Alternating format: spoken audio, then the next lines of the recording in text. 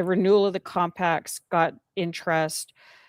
There I posted a very short clip of that Chinese construction on the Woolly Eye runway, and it got over 1 million views on Twitter, right? Just because suddenly people are interested in the Pacific again.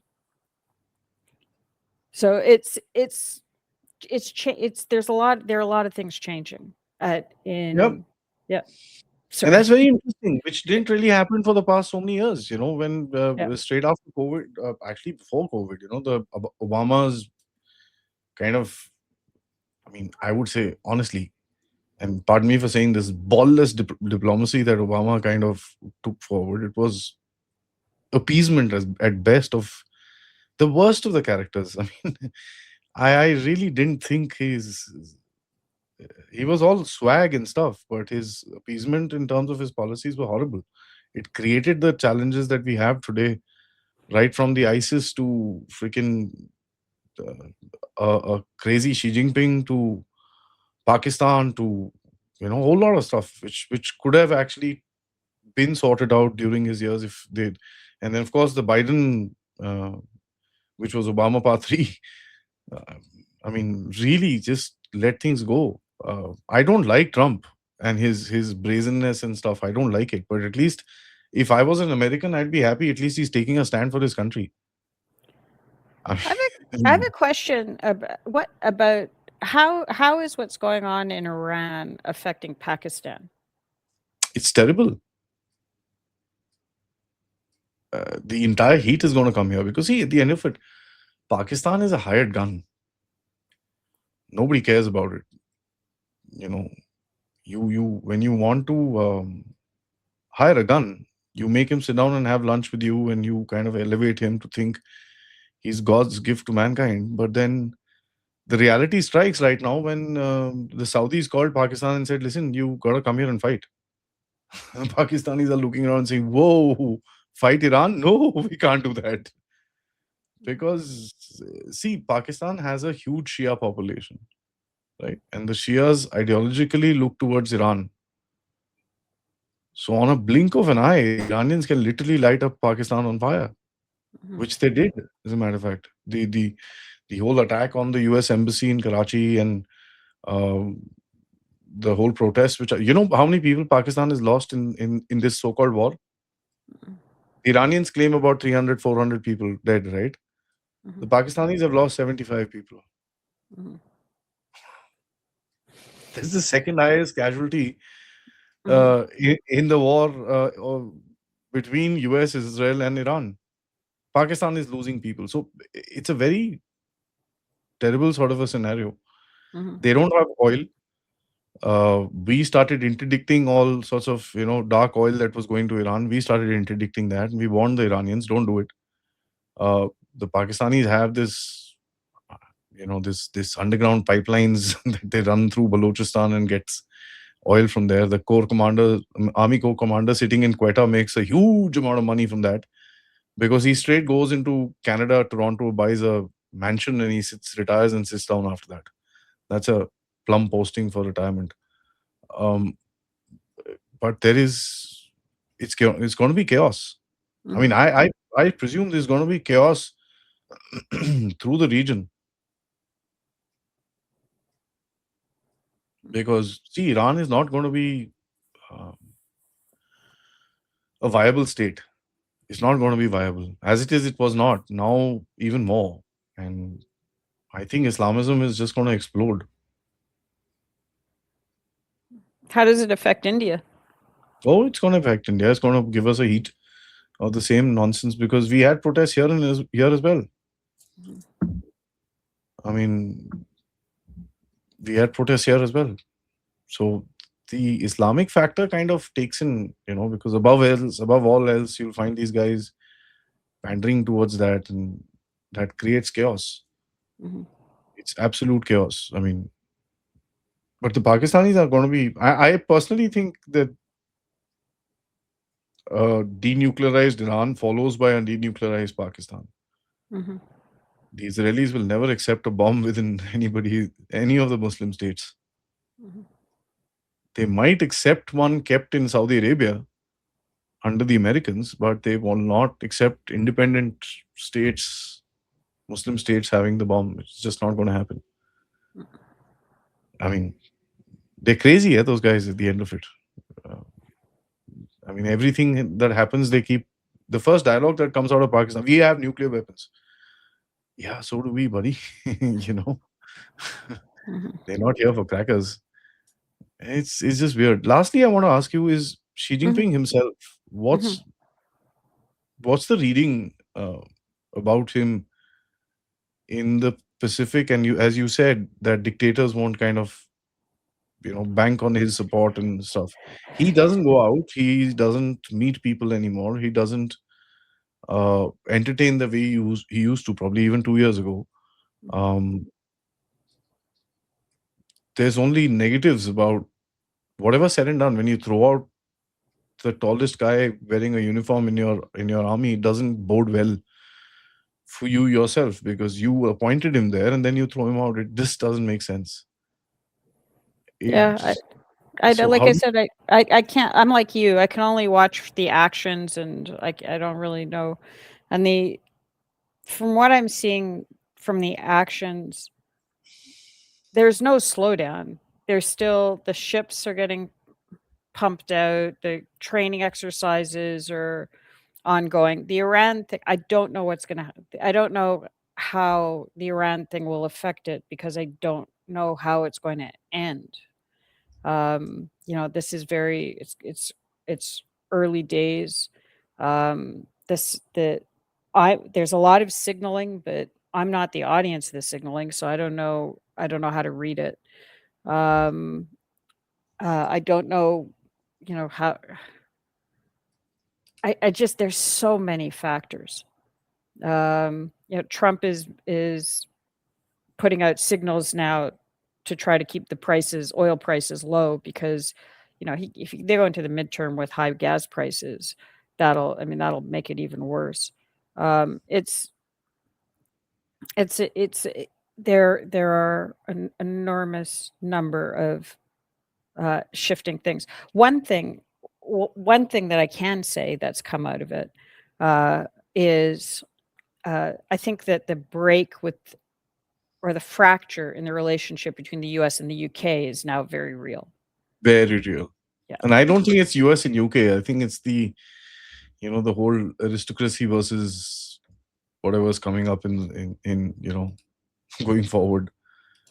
Because somewhere down the line, I think the old structure of the world is just, you know, There's that. I mean, there's the UK thing was very specific though because it was a lot of it was maritime linked. So Lloyd's, for example, doing the maritime insurance and things like that. And the US, the US there is a pressure on the system and when you apply pressure the cracks grow and if there are cracks and so the pressure was applied and they saw that actually these cracks are the size of fissures, Mhm. that this stuff around the Chagos and Fairford and things like that, those are not little issues. We had been talking about this about Chagos for over a year, but now it's front page news, right?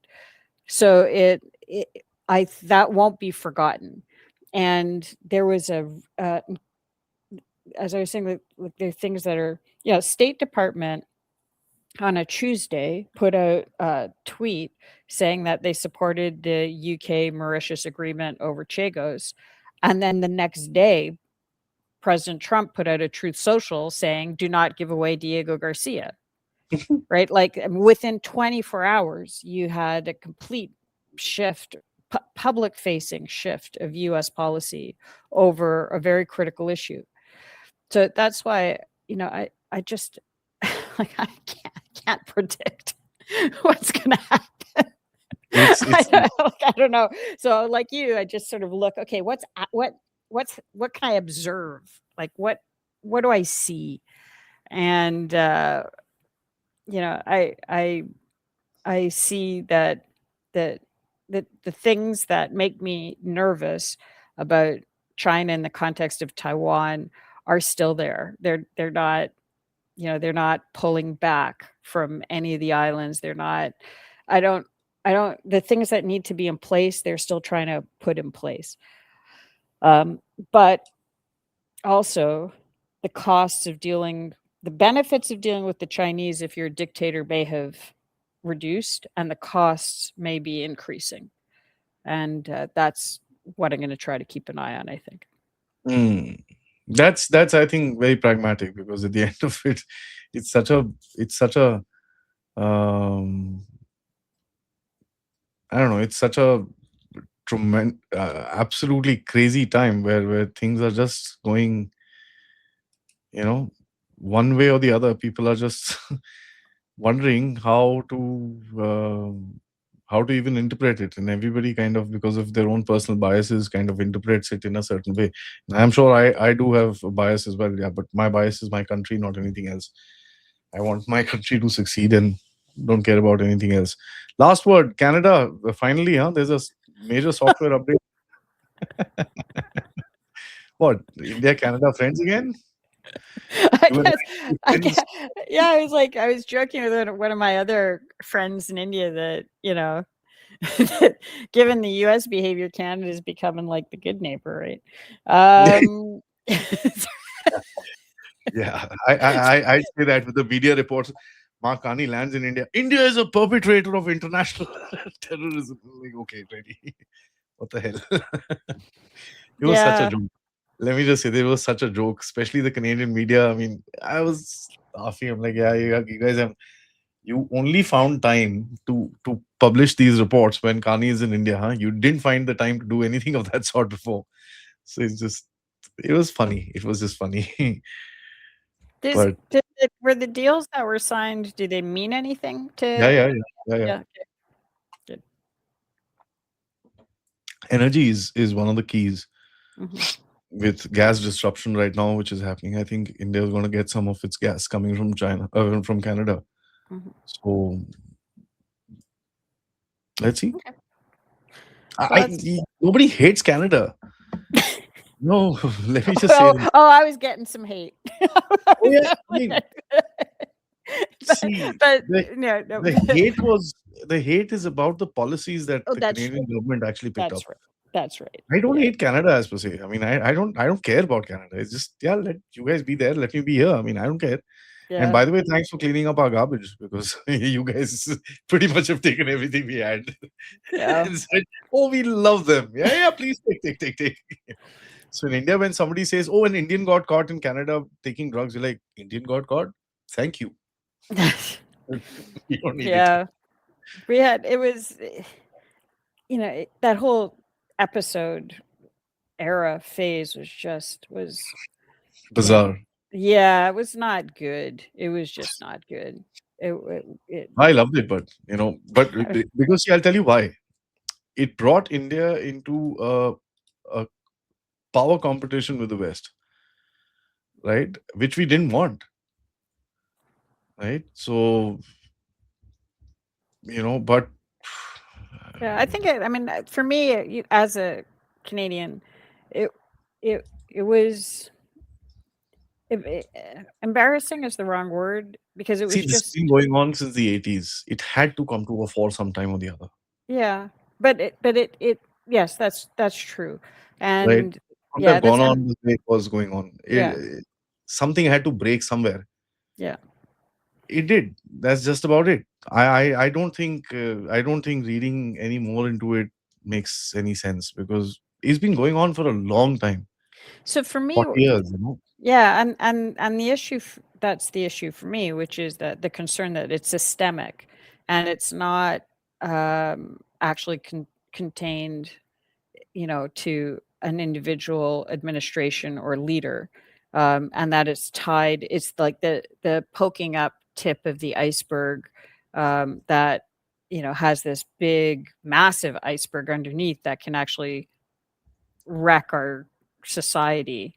So and the ties between the Khalistani operatives and the Chinese and the Iranians and like it's just not it's all not good. And so you're right, it it was lingering for a long time, and Yeah. it's came to the fore. I would have felt better that if it would have come to the fore and been dealt with in a way that lanced the boil, so to speak. Now it's sort of kind of just dropped below the surface again, but I'm not sure it's actually been dealt with. It can't be. It can't be because the rot is. Let me just say this, and as a Canadian, you may not like it, but let me just say this: the society in Canada is going to be. It's going to take a lot of beating going forward. Let me just be very extremely clear, because the kind of elements that have actually gone from here, they Mhm, have no place to go anymore. mhm, See, they destroyed their passports, they destroyed everything. So if Canada says we take them back, show us their details. There's nothing. How do you mm, throw them back? There's just no way. So they're gonna be a boil on Canada's butt for a while. mhm.